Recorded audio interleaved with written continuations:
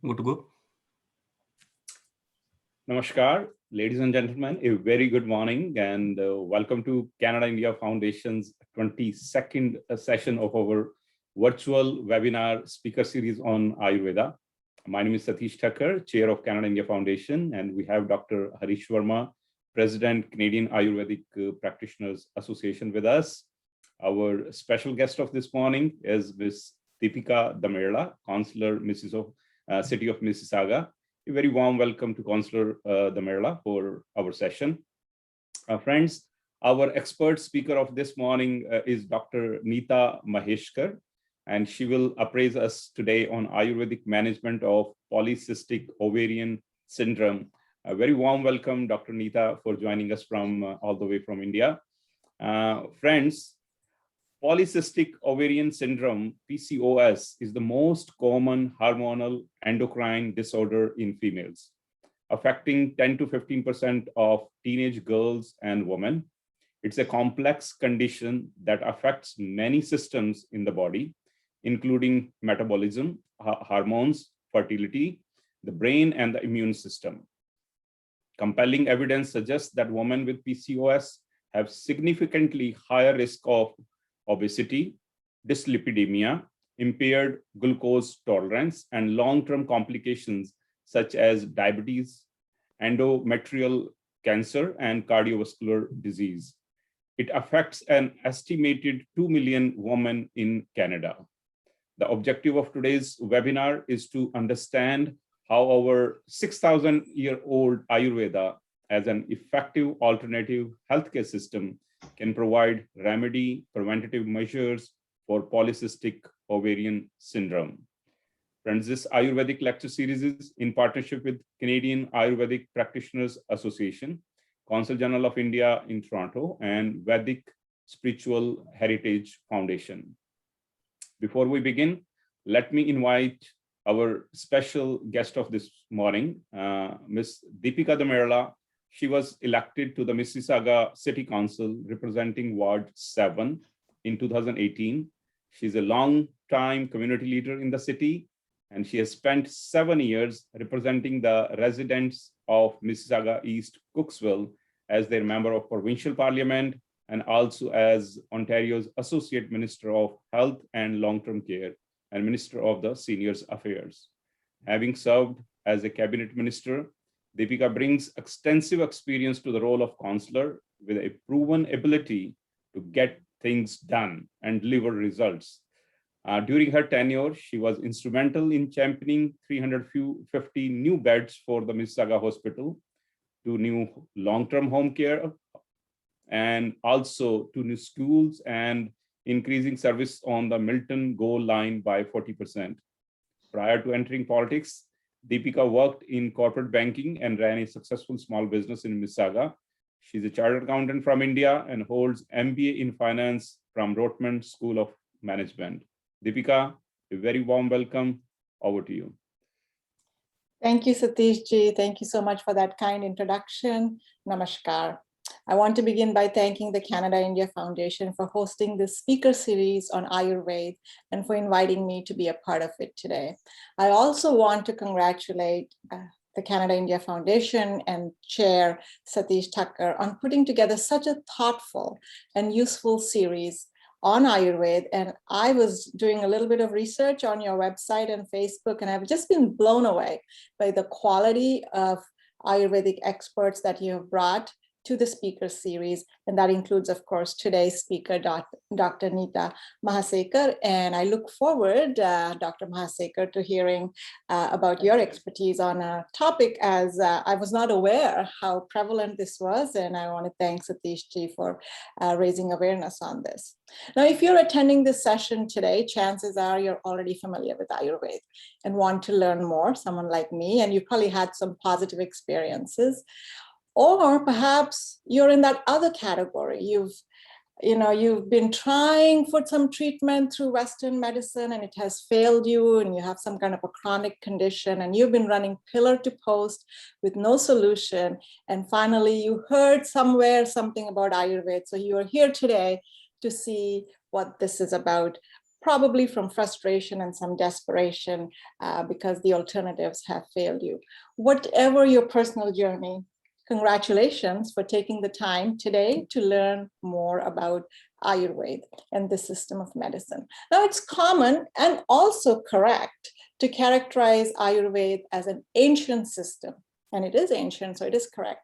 But I think to define it just as an ancient system is to sell it short, because it may be ancient, but I believe it's also thoroughly modern and for the times. And I say it's modern because of the fact that today it is now taught as a full-fledged university recognized professional course. It is modern in the scientific research and rigor that is now becoming part of Ayurveda. But even more impressively, I believe it is modern because of its philosophical underpinnings. We all know that allopathy or Western medicine is only now beginning to realize that you cannot treat parts of the body in isolation to the entire body, that you have to have a holistic approach. That is something that's quite new for modern medicine, but that is the central underpinning of Ayurveda, that health is not one part of the body, health is the entire mental and physical health together. And so in that sense, Ayurveda has a lot to teach Western medicine. And that is why I say that it's time for us to change the brand on Ayurveda from just an ancient system to something that's a timeless, modern, alternative medical system. Now, this work has already been going on in India, the rebranding of Ayurveda, and I really want to take a moment to congratulate the Modi government for investing in Ayurveda through the Ministry of Ayush and all of the work that they're doing to promote. This was a much needed step. You know, for too long, Ayurveda was treated as a stepchild in its own country of India. So good to see the current government, taking pride in this system of medicine and investing in it and modernizing it and making it of the times. So kudos to that. But coming to the West, that work still remains to be done. We need to do for Ayurveda, I believe, in the West, what has been done for yoga. Yoga's gone mainstream, and now it's time for Ayurveda to go mainstream. And that work, Satishji, is going to fall on the shoulders of people like you and me and all other Indo-Canadians. It is our duty in this Karma Bhumi to bring what we have from our Janma Bhumi and give it the recognition it deserves. And I want to take a moment here to recognize the fact that Satishji has done so much to promote yoga. Yoga is mainstream, and it's because of the efforts of people like Satish Thakkar and many before him that it's gone mainstream. And now, Satishji, we're going to have to do that for Ayurveda. I believe for Ayurveda to go mainstream in Canada, 3 things need to happen. The first is more awareness. And I think speaker series like this is so important. The second thing is Ayurveda needs to become a recognized, self-regulated professional body, just like medical doctors, just like physiotherapists, just like occupational therapists, just like dentists. It has to. You need that recognition, and that college, the College of Ayurveda, self-governing body here in Ontario, it's a provincial jurisdiction, and that is absolutely critical. And then the third step that flows from it is to have Ayurvedic colleges and universities right here in Canada so that we can train homegrown local Ayurveds here and give this great tradition of medicine, the popularity and its ability to serve the population. So this is a 3-pronged step. We're already on step 1. I want to say that baby steps were taken when I was in government on step 2. I reached out to the Ministry of Health to talk about what do we have to do to go about giving Ayurveda professional, self-regulated body the legislation required. It's going to take time. It's going to take advocacy. But I want to say that traditional Chinese medicine achieved it. So the path is already there. Today, TCM in Ontario is a self-regulated professional body. And if TCM can be, there is absolutely no reason Ayurveda cannot follow in the footsteps. So the path has already been broken. It's for us as Indo-Canadians to do that. A lot of leadership being shown here by the Canada India Foundation. My call out to everybody in the audience, if you're of like mind, join the CIF, join us in this path to give Ayurveda the place it deserves in Canada's medical system. And one more time, big welcome to you, Dr. Neeta Mahasekar. Thank you so much for joining us. And thank you, Canada India Foundation, for this speaker series. Thank you. Thank you so very much, Deepika ji, for your very, very insightful and very inspiring thoughts. And of course, your guidance, your mentorship, your experience, we're going to count a lot. And we had our brief conversation on this matter that yes, we have to take it to the next level, next step. And we are looking very, very eagerly looking forward to connecting you further and charting out a roadmap and way forward to take this forward. Thank you once again sharing your very, very thoughtful remarks and joining this morning. Friends, now let me invite our speaker of this morning, Dr. Neeta Mahasekar. She has over 29 years of teaching experience and is working as a professor since 2015 in Dr. D.Y. Patil College of Ayurveda and Research Center, Pune. She did her MD Ayurveda from NTR University of Health Sciences, Vijayawada, and doctorate in indigenous medicine on ovulation from Maharashtra University of Health Sciences, Nasik. She did PG diploma in clinical research and regulatory affairs affiliated to University of Birmingham. And she authored books on Ayurveda solution in Yoni Vyapat female disorders. And she also contributed a number of research papers and articles in books and journals. She's a regular speaker and a resource person with National Institute of Ayurveda and All India Institute of Ayurveda. She's a recipient of Lifetime Achievement Award from Ayush Darpan International Foundation. A very, very warm welcome, Dr. Mahasekar, and we are looking forward to your presentation. Over to you.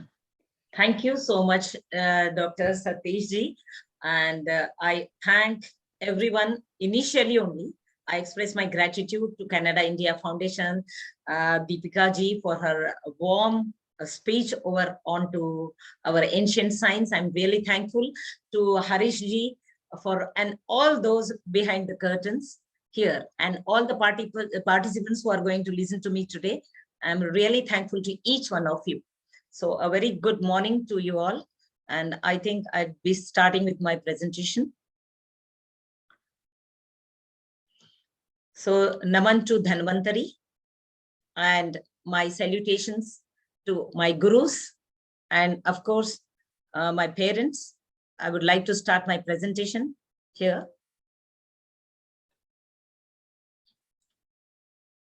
So I think introduction has already been given. Dr. Neeta, your presentation is not coming on the screen. Please do share it again. 1 second. One minute, sir.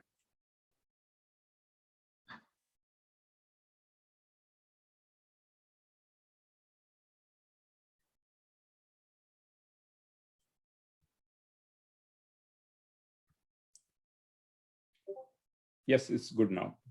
Yeah, thank you.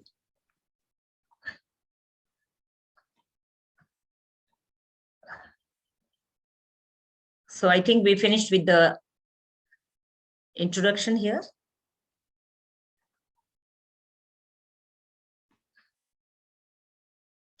So I'm going to speak on Ayurvedic management of polycystic ovary, PCOS. Here, we can see the ovary, a normal one, all women having 2 ovaries, but now here it's all converted into cystic form, grape-like thing.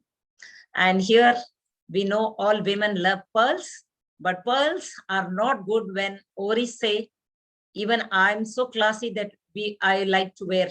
So in women, it's not at all good to have a string of pearls on the ovaries.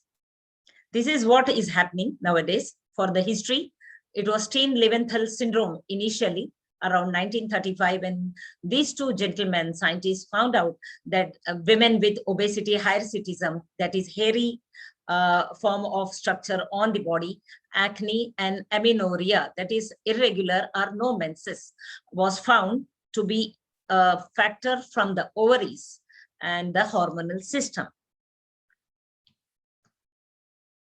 But now, after the Rotterdam criteria, we take two of these. Out of these three, two are considered to be the criteria to know that women has polycystic ovarian syndrome. So one is oligomenorrhea, that is less of menses. The menstrual flow will be less. There will be an ovulation. Every month, ovary has to give, each ovary every month presents with an ovum, but that doesn't happen in case of polycystic ovarian syndrome, but which is a necessity. If this does not occur, the menstrual cycle of the women suffers, and therefore the whole endocrinology in the female suffers.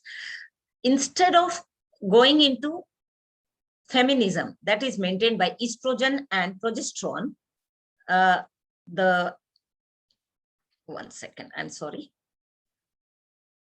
hyperandrogenism, that is liver converts.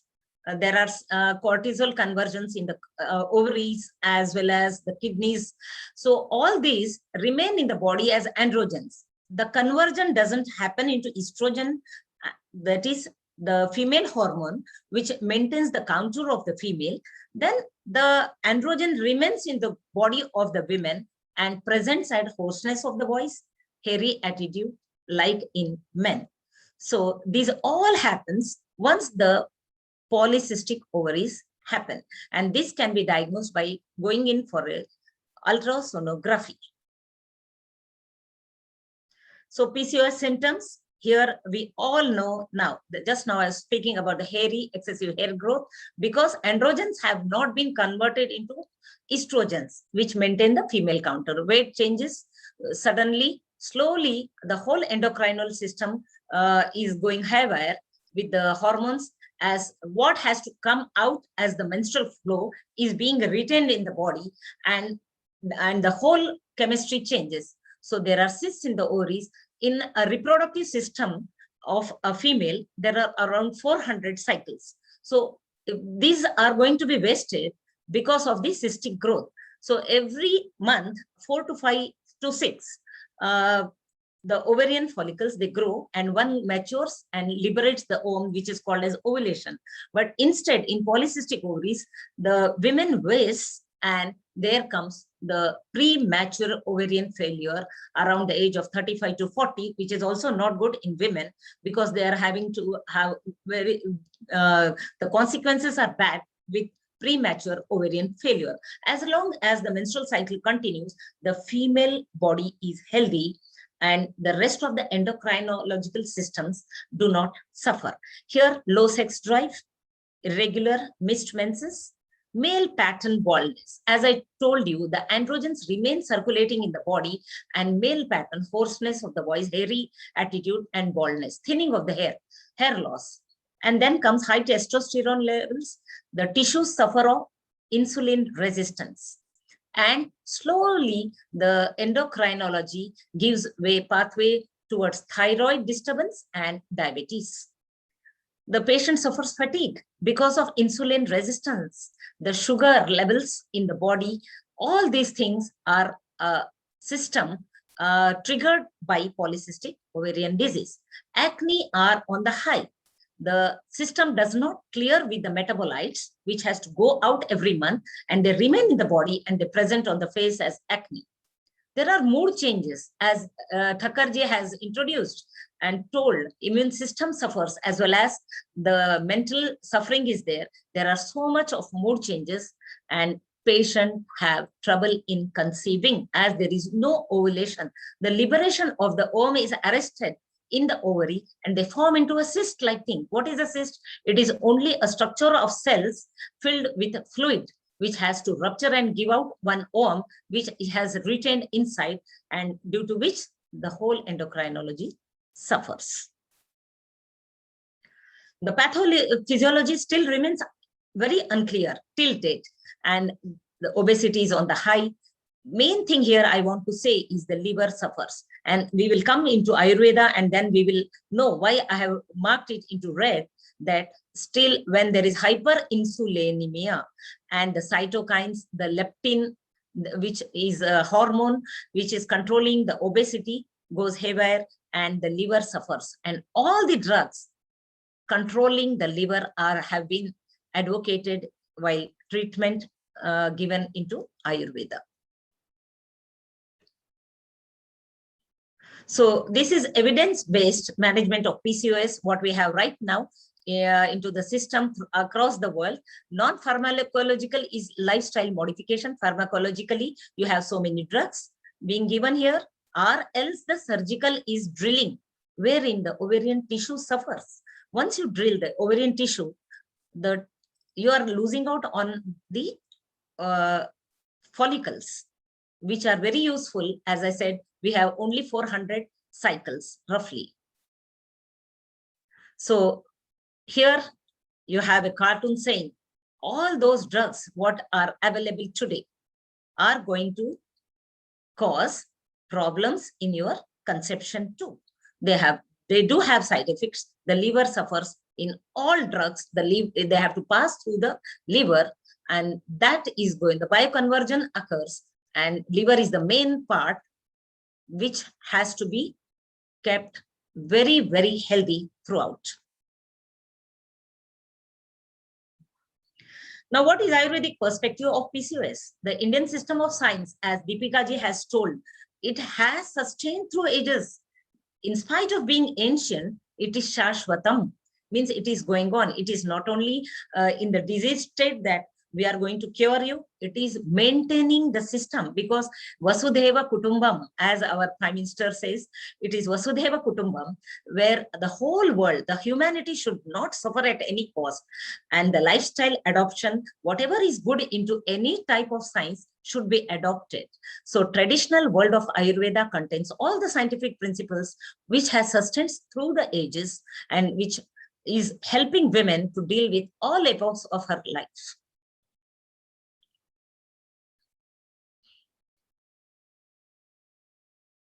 Now, Charakacharya, the sage, the scientist of Ayurveda, he says that is the true medicine, that is the true physician that can cure and eradicate disease. But friends, I would like to say PCOS is a condition.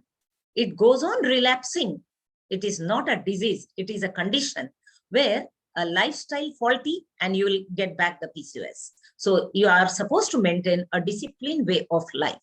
The goal of health promotion here is to increase the level of health women, focusing on lifestyle. And next is positive health behavior. Health behavior positive. Here, I mean the mental attitudes by implementing health promotion strategies. And how they are going to be implemented?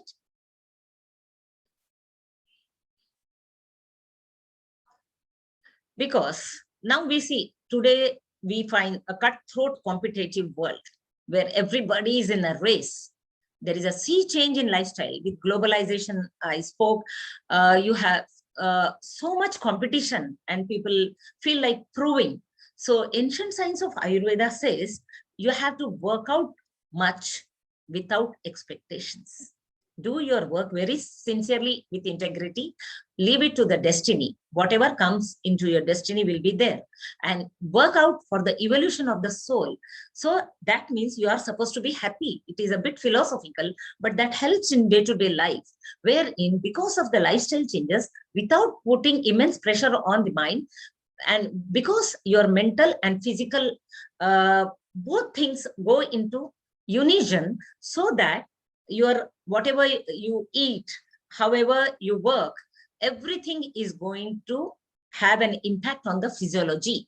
And there is no time immediately for the physiology to change into pathology as you go with wrong way of discipline, what has been explained in Ayurveda. So nowadays you find this in the matter of concern is in unmarried girls and declining level of AMH, and the patient is going to suffer for conception also. The strategies imparting knowledge to each one of human race, and weigh the benefits and risks. So if you follow a strict disciplinarian life, if you are getting good results, why to go drugging? Do not overdose, because every drug, each and every drug passes through the liver, I said, and liver is very much important. It is like a filter for whatever food you're consuming. It is a filter which has to be protected from all the side effects of all the drugs and the food which is not at all good for you. So the techniques here, applied knowledge, is into Rajaswala Paricharya. Rajaswala Charya is nothing but what are the things you are supposed to adopt during the menstrual cycle. So, so these are things which are been explained into our classics, where during menstrual cycle, this you can go out initially in ancient India, it was practiced that all these 3 to 4 days, do not over exercise. We'll come into it as we see the doshas, the 3 humors, which go up and down. Ayurveda is based on Vata, Pitta, Kapha, the 3 humors. So I'll be explaining there. So here I just want to tell, just remember that because of your lifestyle, today's lifestyle, this menstrual cycle, every month periodic changes occurring in the body, what increases, and it has all 3 humors have to be in a balance state. If they go up and down, the changes are going to be presented as pathology in your body. Similarly, for Garbhini is in the antenatal stage, Sutika is postnatal stage. There are some do's and don'ts which have to be adopted as per today's lifestyle.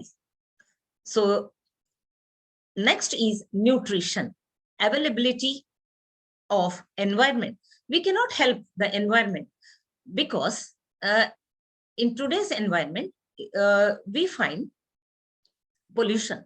So pollution we cannot avoid, and these things have to be rectified through our own yoga, our own hyperoxygenation state.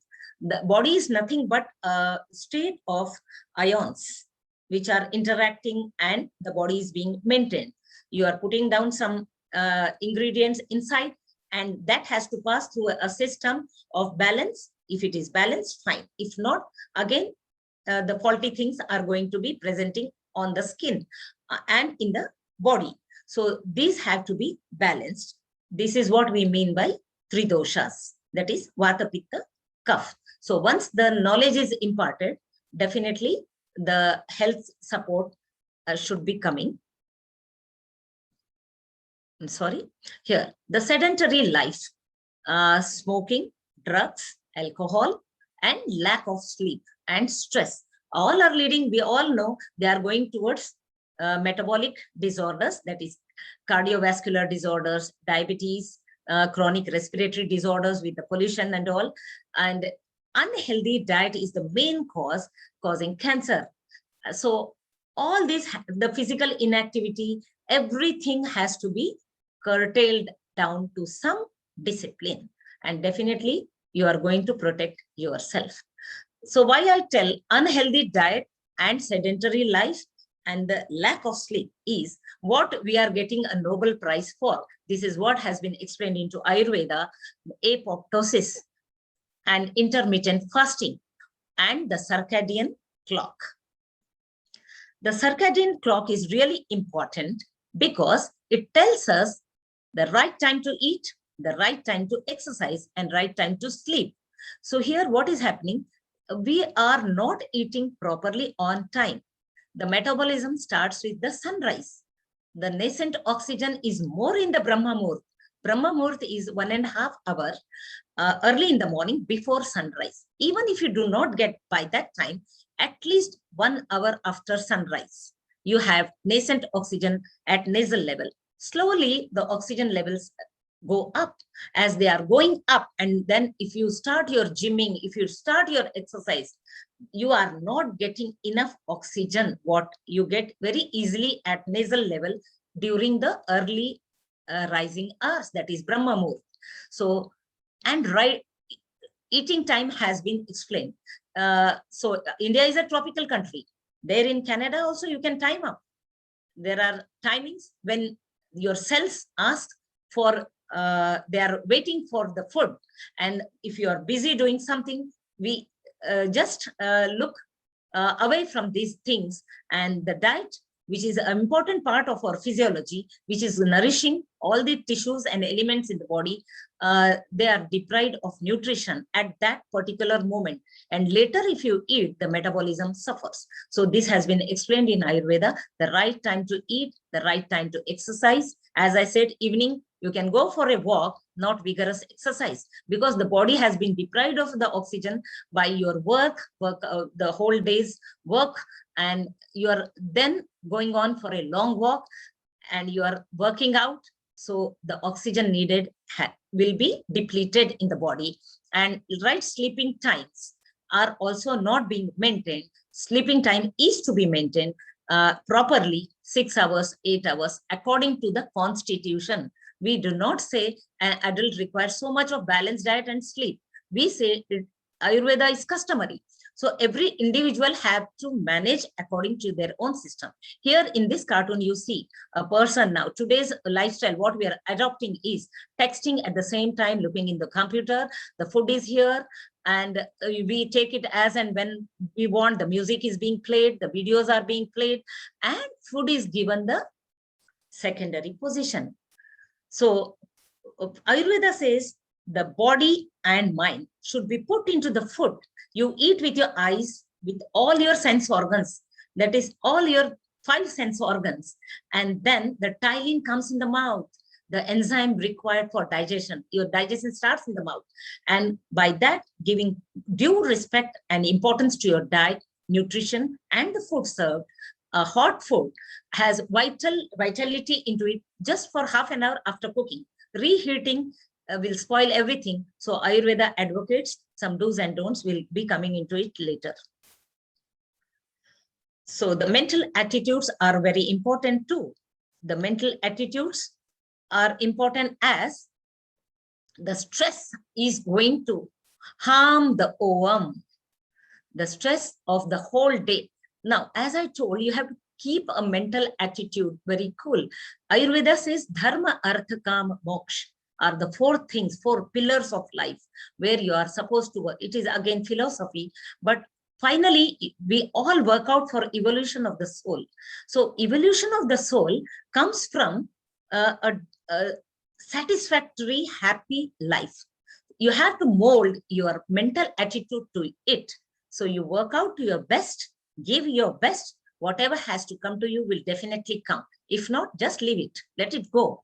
And this will help to maintain your happiness and your mental attitude and the endocrinology. Once you go angry or stressed, your pitta goes up. The second humor, what we say, enzymes, the fire in the body. Out of 3 humors, I have explained about what? Pitta is the next. The tapa santapa iti pittam. Suddenly, if you are angry for a second, you look back, your cortisols come up, your hormones come up. So these are going to spoil the cells. So no matter what goes on, just exercise. As we learn a new language by exercising again and again. Similarly, we are going to maintain a mental attitude by addressing ourselves, rehearsing again and again, telling your mind to be happy and contented. Obesity. Now look at this cartoon. Here's the obesity is going to cause infertility, polycystic ovarian disease by causing insulin resistance, diabetes-like conditions, and proper evacuation is not there. Therefore, the metabolites remain inside. The liver suffers. Liver is the major part of the body which is going and working upon fat metabolism. Once the lipid metabolism suffers, hyperlipidemia, and these lipids retained in adipose tissue of the body are going to make you suffer, because one part of the hormones is coming from the lipids only.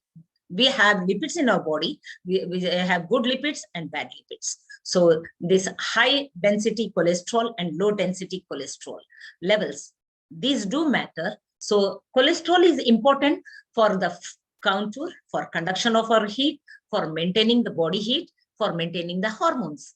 But if they go off the balance, And that is because of your liver, and the metabolism suffers by what you eat, when you eat, how you stress out, how you have your physical attitude and the mental attitude. Now, we take it PCOS under Artava Kshaya. Artava Kshaya. What is Artav? Let us understand this by the tissue elements. I'll just give you the symptoms here. Only 3 symptoms have been explained, which holds good in today's modern era too. Yathochit kal adarshanam. That means in the time the menses has to come, the women does not have periods. That is untimely menses. And people count it under irregular menses. Irregular, if a woman has to have her periods in 28 days, 28 days is normal for her. If she's menstruating in 35 days, the woman has to get into 35 days menstrual cycle. But if she happens to get menstrual cycle once in 35 days, once in 60 days, that means untimely menses. Yathochit kal adarshanam, which is not seen timely. Alpata, scanty. Friends, I would like to tell you, people do not realize they are under PCOD conditions until the menstruation suffers a lot. That is, very much irregularity comes, then they come to the doctor. But you are supposed to be mindful once you are getting, if your flow is for 5 days, it has suddenly reduced to 4 days. Above 35 years, it can reduce. But between 20s to 35 years, if there is any change, if the flow was for 6 days and it has come down 5 days, if the flow was for 5 days and it's come down for 4 days, then definitely you should know that you are going towards PCOD. A timely action and drug is required. So alpata means scanty menses. Yoni Vedana is another lakshan. Why this occurs? The channels are blocked because of doshas. Out of the 3 humors, 2 are the culprits. Which are the 2? We'll see. It is Vata and Kapha, which are going to block. Pitta does not block. Here in short, I would like to explain. Vata is mobility in the body. Vata is all sensory system in our body, the mental attitude, and Kapha is all sticky. Whatever water content is, the solid contents in the body are all under Kapha, and Pitta is fire. This is roughly, I'm telling you, not completely, because it is a very vast science. It is only for your understanding of the 3 humors and the 5 elements which comprise it. Vata is having air and ether. The Kapha is a solid system, which is comprising of earth and water, and Pitta is fire and water. So we have a basic principle in Ayurveda, which tells us that the 3 humors are in balance in what you ingest. See, if you eat more of cucumber, suppose, it is solid as well as having watery content in it. So more of it will increase the Kapha. More of cold substances will increase the Vata, and more of very spicy things will increase the Pitta. So dosha chikitsa is very much necessary. There is a principle. If Vata is increased, Vata causes pain and dryness, and the treatment is enymata, and hot sudation, oiling, because whole body is made of lipids. The lipids are the things which suffers because of PCOS, the faulty metabolism, which has to be corrected by snehan. Snehan means oleation. And once you get Vata properly, the 2 humors come normally to their normal path very easily, because Vata is mobility, as I said. It is going to disturb Pitta and Kapha in the body.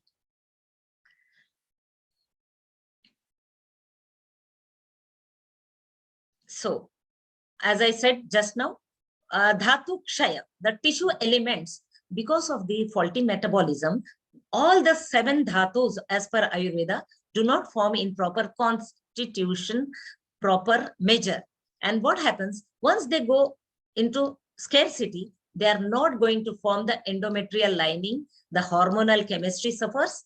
The estrogen, the progesterone, which are coming normally from the ovaries and the pituitary gland, they all suffer. And the endometrium lining of the uterus, which forms from basic to 5 to 7 centimeters, to have a regular flow is dried up.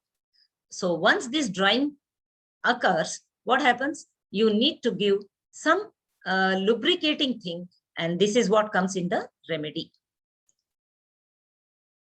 So doshas in relation of the body. Here you see kapha dosha comprises, it mainly is in the upper part of the body. Pitta is the digestive fire, the whole thing, and vata is basically here. It is mobile throughout the body, but basically in the lower pelvic region. And the uterus happens to be in the lower pelvic region too. So whatever treatment is to be given should be of vata only to rectify vata.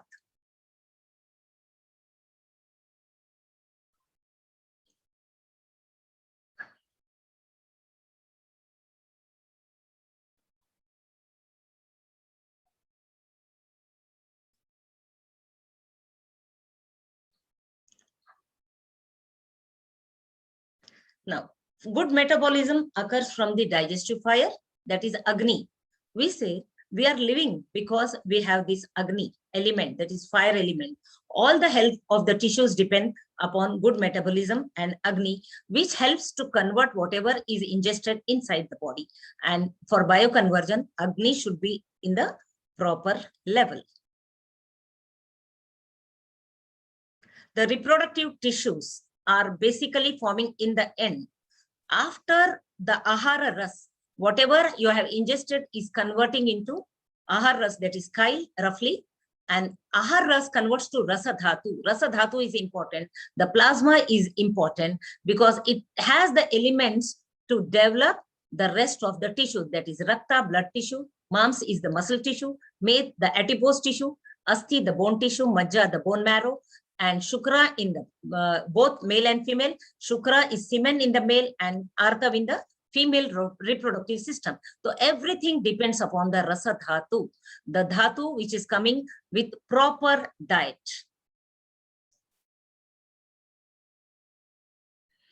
Here, the pathogenesis is if the Agni, the digestive fire is not proper, then what happens? That means whatever you are ingesting is more than required or less than required. In both conditions, the next process suffers. So the ahar rasa, the rasa dhatu is really important, the first tissue element I said, because it helps develop the breast, the lactation, and the artava. Artava is not only the ovum, artava is the whole female hormonal chemistry, which is helpful in the ovum formation, the endometrial formation, and the hormones which are coming from the pituitary. All are the pituitary hormones, they get their nourishment from rasa dhatu. So this is the first element which forms if the digestive fire is good. Now, how to maintain that? We'll see. So I said the Ayurveda comes from regimen during menstruation. So do not run, do not do excessive stressful work, because vata increases. As we have seen, the uterus is in the vata sthana, that is lower pelvic region. The vata goes haywire. Once it is mobile, it takes the rest of the humors, the pitta and kapha out. It just is thrown out of place, and due to this, the endocrinal system also suffers. So Rutumati Paricharya, there is a regimen during fertility period, how to behave, what to wear. The colors are important because the colors give a pleasant attitude to the mental factors. And this is going to help the serotonins, the melatonin, the happy hormones to flow properly. So every aspect has been dealt with very minutely into Ayurveda. And this is what is going to help to maintain the three humors at place. The Garbhadhan Paricharya. So what happens if this care is not taken? The women will have PCOS. The regimen during sexual intercourse, during pregnancy, during delivery, and postnatally. Everything has to be maintained. So the epochs of women's life during adolescence, there is peer pressure, the dietary habits are wrong, stress, less physical activity, then comes PCOS. Here the remedy is homemade food according to the topography, geographical conditions, because in India also, the north side of the country eats something else, the south of the country is different, the coastal side eats something different. So whatever your own habits, you take accordingly. That is the main thing which has been advocated.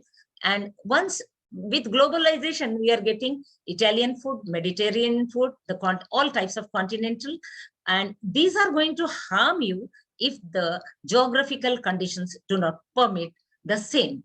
So, for example, I can say South India advocates curds. Curd yogurts are very good because they do have their own advantages. But once you go into mid of India and north of India, then these curds and pickles, which are good in South India, do not give you enough of balance in the three humors. Suddenly you have hyperacidity because of the spicy yogurt. If eaten in the nights, is going to block the channels. So these are the do's and don'ts explained in Ayurveda also. According to your geographical conditions, whatever is the staple food has to be taken in regular timings. So here, before marriage, if the patient is obese, even that is going to harm the patient. After marriage also, the PCOS comes. You are supposed to explain the paricharyas, the regimens, do's and don'ts to the patient. And we advocate Basti, any matter. So Basti is the treatment for Vata. Vata, because uterus is in Vata sthana, we can easily control Vata, and the mobility of other hormones can be controlled.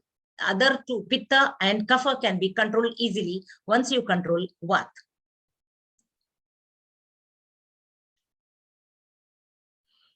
So here, the first part in Ayurvedic principles of management, whatever dietary habits are going wrong, try to identify them. Whatever you are not eating as a staple food and you have been overeating the same food, which is not at all congenial to our body, avoid the cause. Maintain a disciplined way of life in not only in the diet and also the lifestyle as per your constitution. As I said, Ayurveda is customary to each one of you. So as per the geographical conditions, as per the age, seasons, day and night. Just now I have given the example, curd is not to be taken in the night. Yogurt is to be avoided in the nights because in long term, you may be used to it. So right now you're not getting any problems. But as the immune system, the metabolism suffers in other ways, this yogurt is going to cause you problems later in life. Physical exercise is a must along with mental. So physically, if you are exercising, then only the body is maintained. But yoga maintains the mental health, where there are some things given in yoga, chitta vritti nirodha. So for example, the control, what I explained, and self-satisfaction, contentment, everything, and the happiness, ways to happiness open up with yoga. The meditation and the soul evolves with meditation. And this mental exercise helps you deal with the stress because the happy hormones go on flowing, curtailing the bad effects with your metabolites and the free radicals circulating in the circulation with the pollution, with the stress, with the workout and the competition, what we are facing. You are able to deal it better with yoga. The retreat starts with personal advice from the physician who will tell you what is your constitution by seeing at your nadi and the constitution given in the classics. This determines what current imbalance you have and what panchakarma treatment. What is panchakarma? It is detoxification elements and treatments given into the classics to remove all the free radicals where the drugs do not work, where the PCO has established. That means your doshas have gone very much haywire, and therefore only suppressing with drugs will not be helpful. You are supposed to go with panchakarma, that is detoxification of the body. And an individual Ayurvedic nutrition plan is very much necessary. This is under the physician's guidance. The concepts here, we say Agni, the fire is important. You maintain the fire and your digestion and metabolism is good. What is Amalakshan? If the metabolism suffers, then there are free radicals and metabolites in the body, which the body is unable to throw out.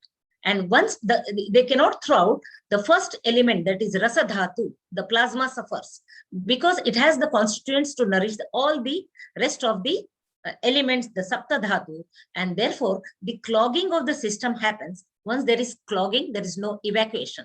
Our body, you have to imagine like a dustbin where you ingest. I'm sorry to say that, but if there is no evacuation, as you see in day-to-day life, if you do not evacuate the dustbin, definitely the bad odor emanates. Same thing happens in the body. The gaseous odors, the gases comes up and they interfere with the Agni. Once the Agni is again deflected, it is not going to form proper Ahara Ras. So the metabolism suffers again. The metabolites remain in the body and they're clogging all the cells, the system, the tissue, and blocking the hormonal system. This in Ayurveda says, this concept holds good for obesity, holds good for diabetes. So now in the world, we know metabolism is the precursor for PCOS, but Ayurveda says diabetes is the mother of all diseases. And all these things, what we are seeing now, faulty lifestyle, the mental attitude, and what overeating, not having proper concentration while eating. So all these things lead to diabetes. And diabetes is the mother for all diseases of metabolic disorders. So maybe it is thyroid, over awakening also makes the thyroid go haywire, the metabolism suffers. So here I would like to say, Agneya Dravyas are to be used. Agneya means hot, spicy things to clear the metabolites, and Panchakarma, of course. Now, here, while dealing with my PhD thesis, I found out in PCOS, not only the Agni, first the Agni suffers, and every woman, every subject or every patient has Amla Pitta, that is hyperacidity in one form or the other. Ayurveda advocates all these forms of acidity. That is, if you have sore belchings, think definitely you are having hyperacidity.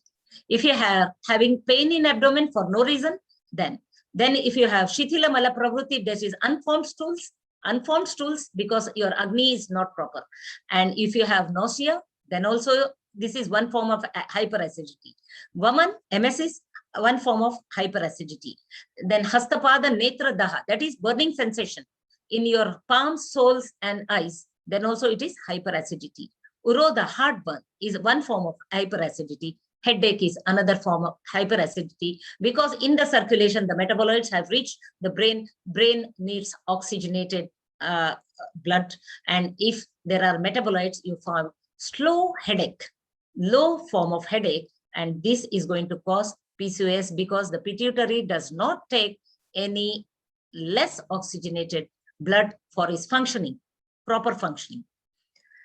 So the Panchakarmas here, Vaman, Virechan, Nasya, Basti, and Rakta Mokshan, as per the seasons, this is the biggest thing available in Ayurveda for treatment of PCOS.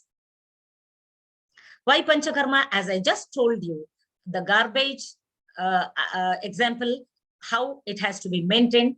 Panchakarma is the right choice to dispose of all the metabolites. The benefits, you can see, eliminates toxins, mental and physical both, because it is clearing up to the mental attitude. The hormones are being cleared, the constitutional balance is established, promotes longevity of these cells, not only the age, but the cells. The telomeres in the cells, they are properly maintained with Panchakarma. The immune system, the muscle, joints, everything gets strength, helps in hormone secretion. As the clogging comes out, the free radicals, metabolites come out, the hormone secretion is proper, reverses the negative effects of stress and pollution, because we cannot help stop the pollution. You can take Panchakarma and energize yourself. The vitality, mental clarity comes with Panchakarma. Rejuvenation and relaxation is another advantage. Uttar Basti is a procedure after Panchakarma, which has been advocated in PCOS. I do it very regularly. It is a therapy wherein medicine the oils, medicated oils have been going and thoroughly priming the endometrium and the ovaries. Once the Apansthan is cleared, prana is in mental, in the brain, in the upper part of the body, the pran gets vitality. Once the pran gets vitality with these procedures, the hormones come from the pituitary, again support the follicle stimulation in the ovary to destroy the circle established by blockage due to PCOS. This is a simple procedure. The do's now: get up early. Early rising will help. As I said, with nascent oxygen, you are bestowed upon with mental clarity. The neurons are all active in the morning. And once you get up early in the morning, the metabolism starts with the sun and ends with the sun. You are supposed to eat with the sunrise, and you are supposed to stop yourself from, refrain yourself from eating anything after sunset, because the metabolism is restricted to only those 12 hours. So Brahma Muhurt is important. The don'ts are here. You can see the do's and the don'ts. Now here, a small part is Surya Namaskar, wherein the Surya Namaskar helps, the pranayam helps to clear the prana vayu, the pancha vayu in the body, and which will help for the apan to clear properly. So Surya Namaskar is thing we can, do we have the time, sir? How much time do I have? Yes, we're gonna, yeah, if you could quickly wrap up, then we'll go for a little bit, Q&A. Okay, and I'll do that. Thank you.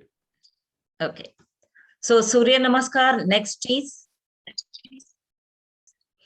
there are few things unnecessary drugging should be avoided. Follow all the Paricharya regimen. Sadvrut is what is good should be followed, no guilt. So whatever wrong doings we are doing should be avoided to maintain your mental health properly. So Sadvrut has been explained in classics. Ahar, diet should be as per your geographical conditions. Do not take Viruddha Ahar. Viruddha is something which is opposite in nature, and that is milk and fruits together. The fruits are so sweet in nature. Milk, the casein will interfere, the starch and the protein, all these interferences will clog in and cause metabolites, should be avoided. Ayurveda says how to eat, how to sit, the wrong combinations. So all these have to be followed according to the ritu, according to the seasons. Sleep is the best part. You have to have enough sleep to maintain your, these are the medicaments which have been given in Ayurveda. I'll slowly go for home remedies, which will be helpful rather.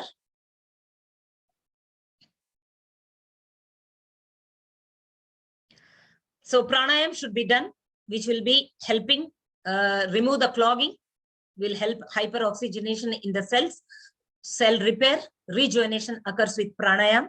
And these are few asanas. Sarvangasana will help for your maintenance of circulation of the pelvic region. Proper circulation to that region will help overcome PCOS. Omkar recitation for 11 minutes, 11 times is very much helpful for rejuvenation of the cells. Lukewarm water after food, every meal, is an important thing which helps. So lukewarm water is to be maintained. Here we have zingibar, ginger, dry ginger. Hell is antibacterial, hypolipidemic. It clears the system of the clogging of metabolites, and therefore it is helpful. Dry ginger in the form of powder taken with candy sugar or in tea, green tea, in a 2 grams dosage will help to maintain and clear off all the metabolites and PCOS and proper hormonal functioning. Sesame is equally important because it has calcium and estrogenic content in it. So daily, this is a candy made of sesame and jaggery. You can use it in 1 tablespoon quantity daily along with your bread. Just roast it, dry roast it. 1 teaspoon, 1 tablespoon will help you along with jaggery to maintain your health, because our cell system is made of lipids, and this will help. Jaggery is very much important instead of the sugar your sugar is going to harm, because we have seen insulin resistance, hyperinsulinemia in polycystic ovarian disease. Jaggery is a rich source of iron, maintains women's body. As we are menstruating, we are getting depleted with iron, and this maintains the proper health and tissues of the body, Rasa Rakta Masmed, and this will help to improve the glucose control, which cannot happen with sugar. Haridra is curcumin, worldwide known now. So curcumin in 2 grams along with jaggery on the 5th day after your head bath. If you take the head bath, will improve circulation in the brain and the pituitary. Curcumin taken on the 5th day improves the menstrual cycle and PCOS. Narikel coconut. It's a customary in south of India to give a piece, a 2 inches piece, right from the menarche days to the 5th day. That is, right from menarche, the girl is given jaggery and coconut, dry coconut, which helps in many ways. You can see here it is rich in many ways, helps form the red blood cells. It maintains the hormones in the body. So coconut will help. Hingu, asafoetida, is emmenagogue, means whatever you have inside, the endometrial thickness is well maintained with asafoetida. It is a thinner emmenagogue, maintains your cardiac activity well, and the rest of the hormones. It reduces bloating. Bloating is reduces, and therefore it improves the Agni, the digestive fire, which is required to maintain the metabolism. Garlic. So garlic is also helping relieve the cholesterol levels and maintaining the cholesterol levels properly. It maintains the digestive fire, and it is good against many things and the immune system too. Yavani is carom. Again, this is improving your digestion. It is antispasmodic. It is a good, sleep inducer. So this helps in this way to maintain the mental health. Sleep is good to maintain the hormones in the body. Atasi, linium, flax seeds. So flax seeds have a hypoglycemic action, antioxidant, anti-inflammatory, lipolytic, emmenagogue. Means emmenagogue is acting on the menstruation, which will help relieve the arthav. Chandrashur, olive, garden cress. It is a stimulant. Stimulant is required in the ovary, and daily 1 spoon of this will definitely help to maintain the cycle. Papaya, the Carica papaya is, I have marked in red. It is an anti-fertile drug. Those trying for conception should not be taking. I put a disclaimer, therefore, to be taken under Ayurvedic physicians' advice. The papaya is the best thing because it has an action. Lysis, it causes lysis. It is liver promoter, liver protective, and all the drugs above are going to maintain the liver. As I told you, liver is the main thing which helps to maintain the bodily elements, the tissues, and helping in promotion of good cholesterol, and in return, helping good production of hormones. Dadima is pomegranate. It is a rich source of iron, and this is the best thing nourishing in women. It reduces hyperacidity and maintains the fire. As I told you, hyperacidity is one of the causes in PCOS, which I found out in my study. Methi is fenugreek. Fenugreek is anti-diabetic, has an estrogenic effect, reduces higher cholesterol levels, lowers inflammation. So daily 20 grains have to be soaked overnight. Early morning, boil it in a cup of water along with jaggery and 1 spoon of cow's ghee is important. You take this for 11 days and you find the difference in your levels, cholesterol levels and hormonal levels, and reducing the PCOS. Kulath is horse gram. This is a very good dietary product, relieves constipation. And once the constipation is relieved, as I said, the garbage system, your Agni or the digestive fire is maintained. And this is what is required for good metabolism. Obesity is also reduced with this. Shatapushpa is dill seeds, which are again very much important, as the classics attribute it as rejuvenating. So 1 spoon of Shatapushpa churnam, that is powder, along with honey, because it has a good content of fiber, as you see, which helps for estrogenic effect in the body, and the PCOS is relieved when it is taken with warm, lukewarm water. Takra, simple buttermilk. Do not take yogurt, take buttermilk instead. So 1 spoon in 1 glass of water, 1 tablespoon, and the rest is all thinned out into water, properly raked. That gives the good effect to maintain all the elements and hormones in the body. It is Amruta Tulya, so it has been given a good importance in Ayurveda. One should be taking daily buttermilk. Kanji is another rice water preparation wherein you drop in 200 grams of carrots, boil, put in turmeric along with white mustard, yellow mustard powder, and just leave it, shake it daily. After 4 to 5 days, you take this drink, and it is a very healthy drink. The clogging of the metabolites is cleared. It has got good estrogenic effect, and Kanji clears PCOS fast if it is taken for a week.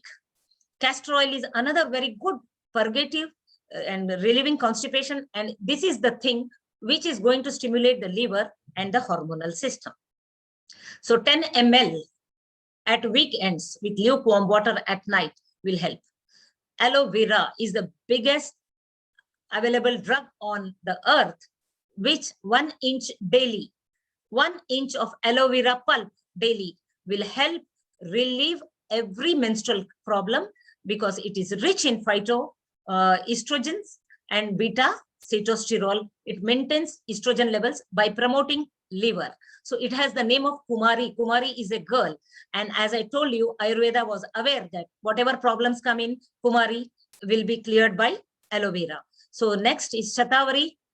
Some herbs I'm telling. Now, up till now, these were home remedies. Shatavari is widely available. It is having phytoestrogens. Shatavari in the form of Gruta. Gruta is ghee prepared, medicated ghee prepared out of Shatavari helps a lot to maintain female hormonal chemistry. Glycyrrhiza glabra, it is antioxidant. Daily 1 tablespoon is a rejuvenator of the cells.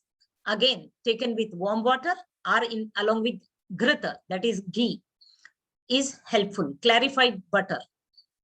And this is a drug which has to be taken under medical advice.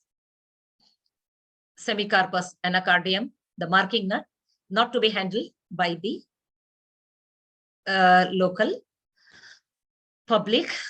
Even carpas, this is cotton plant, which is all, this is also helpful. Boiled water of carpas helps in clearing PCOS, but has to be taken very, very cautiously. Again, Caesalpina, the fever nut, these seeds, after roasting and the inside of the seed, after powdering, taken with honey in 2 grams, again, dosage helps a lot in PCOS conditions. The wonder drugs of Ayurveda. Ayurveda is easier with Triphala, Haritaki, Vibhitaki, and Amalaki. These have the property of clearing the metabolites. Amalaki, the gooseberry, helps. It has vitamin C. It does the repair of the cells. And this is the wonderful drug taken at night for 21 days continuously will reduce hyperlipidemia, hyperinsulinemia, and relieves you of constipation, maintains the digestive fire properly. This is the wonder drug of Ayurveda. So again, Sushruta's vision, the body should be good. The female reproductive system has been explained by the quality of its sperm and ovum formation, by the nutrition it gets. And this is what has been given by Sushruta in his version by telling Kshetra, Ritu, Bij, Ambu. So these were few remedies which I could explain. So I would advise lukewarm water daily, no yogurts, eat systematically, early rising, a few exercises, yoga should be helpful in maintaining the normal health. If normal health, liver protection is given with the aloe vera 1 inch daily for 21 days, including papaya and pomegranate will be helpful in maintaining general health of women, and a few exercise, mental and yoga will definitely help clear out this biggest ever problem, which I told you it is only symptomatic and it is going to relapse if you do not follow the do's and don'ts as per the classics. Thank you very much, all the organizers and all the patient listening given by the participants. Thank you so much, everyone. Thank you so very much, Dr. Nita, for such a great presentation. And let me invite Dr. Harish Verma. I know we are a bit running out of time for his remarks and some of the question answer we saw in the tab. There are quite a few Q&A. Dr. Verma, over to you. Thank you, Sriji. Dr. Nita ji, congratulations for such a great presentation. And you have blended both Ayurvedic concepts and modern science concepts beautifully. And this is what the need of hour is. This is what the real integration is. Both the sciences has to be integrated. Before I go to the questions, I would like to know your opinion about the approach of polycystic ovarian syndrome treatment by the allopathic science. In allopathic science, majority doctors, they give oral contraceptives for the management of PCOS. However, I agree it regulates the menstrual dysfunction, but on the other side, it suppresses the ovulation. Is it justified to give oral contraceptives in PCOS? What is your opinion? Okay. Sir, I would like to say, if there are irregular menses and the menses has stopped for 6 months, then there is some initiation required. So once in a while to initiate is okay, but the oral contraceptive drugs are going to disturb the normal hormonal system in the body, and definitely they have some side effects of water retention, obesity. They are going to promote all those adverse effects are there, along with the promotion of menstruation. Once in a while you can use, but not regularly. That is not the answer. If the diet and lifestyle is modified, I think there is no need of a drug. But it is the protocol all over the world. They are using oral contraceptive even in young girls who are complaining oligomenorrhea and amenorrhea. They don't bother about the ovulation or the ovulatory cycle. Because they suppress the ovulation. We know oral contraceptives are meant for suppressing the ovulation. I think it is a very contradictory treatment. But yeah, it is a contradictory, it suppresses, but sometimes I say, just for triggering, they do give it, but they have their own side effects. Later on, it is anovulation, and again the cycle starts, because once it is suppressed, the stimulation is required in the ovaries, in the pituitary. The whole hormonal chemistry is disturbed by giving OCP. Osteoporosis sets in after a few days. That is another disadvantage. okay, now I got one question. If the parents of a young girl are diabetic, both the parents, is there any risk of having PCOS? Yes, sir. Definitely. Definitely. Already the cell has the gene expression comes into the child also. So the child should be mindful of the do's and don'ts. The disciplines have to be followed very, very strictly.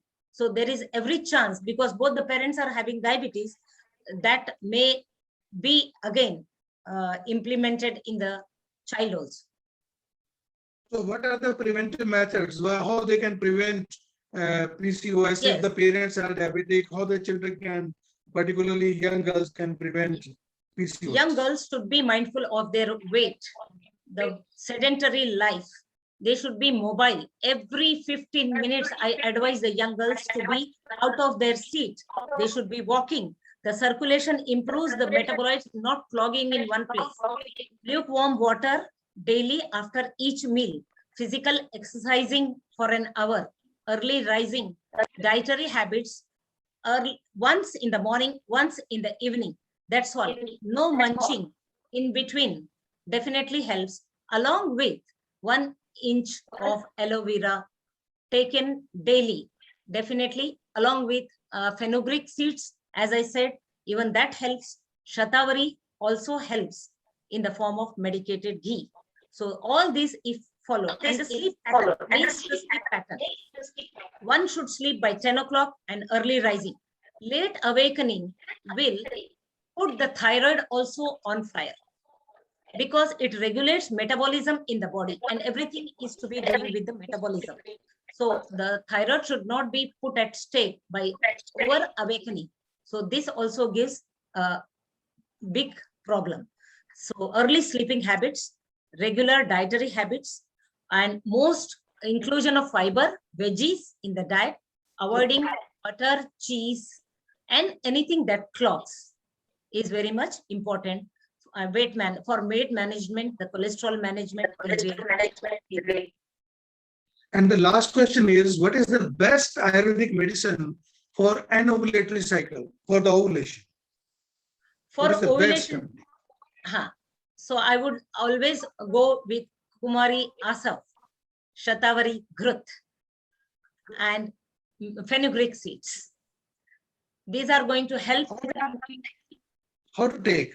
Like, How to take? Okay, even flax seeds, Shatapushpa, everything should be pounded, powdered, and taken in 10-gram dosage along with lukewarm water. 10 gram doses. 10 grams dosage. All these are safe drugs. 10 grams is really important in a day. 10 5 gram grams in the morning fenugreek and 5 grams in the evening. Fenugreek seeds, 10 gram? Yes, sir. That is going to help them. So as I told you, it is customary. You have to see the patient's constitution and take it for 21 days at a stretch, for a month at a stretch, or 1 week. Really look into the patient's constitution and maintain it. Okay. This fenugreek seeds, generally they are pitta vardhak, like they increase the fire in the body. So if the patient is already having amal pitta, does it, can it aggravate or? That is one point. As I said, again, one has to take Ayurvedic physician's advice. When it is amla pitta, Avipatikar Churna is the best drug. It is going to help like anything. Avipatikar in the dosage of 10 grams early in the morning, and in Rasayan Kal, that is early in the morning, and while in Apan Kal in the evening, will definitely help relief of every metabolic disorder for that matter. And as you said, right, thank you, sir. Please go ahead. Go ahead. Pardon, Please sir? go ahead.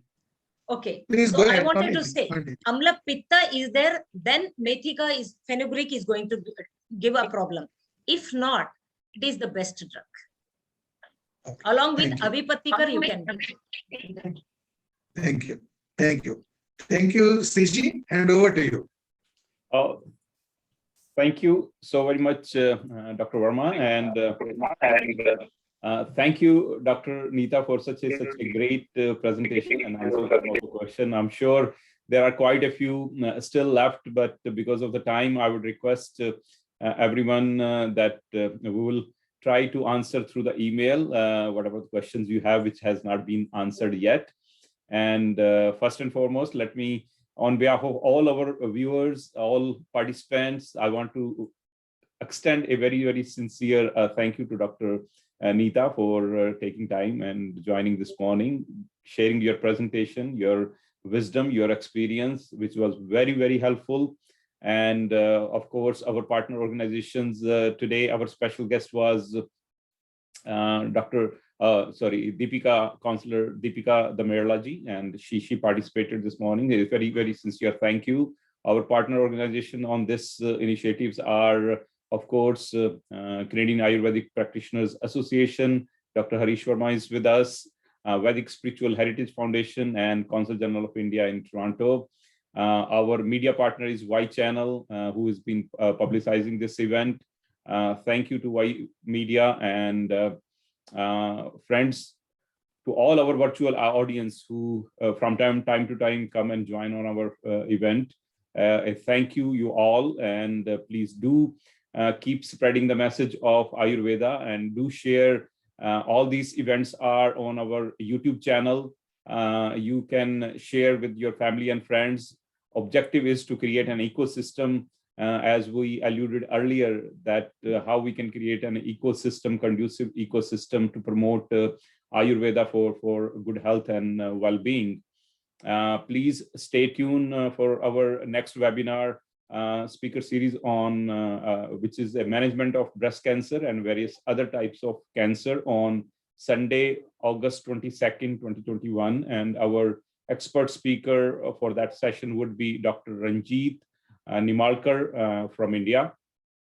And this week is very special as we are marking 75th independence anniversary of India. Wishing you all a very, very happy Independence Day in advance. Please stay tuned, stay in touch, stay healthy, and namaskar.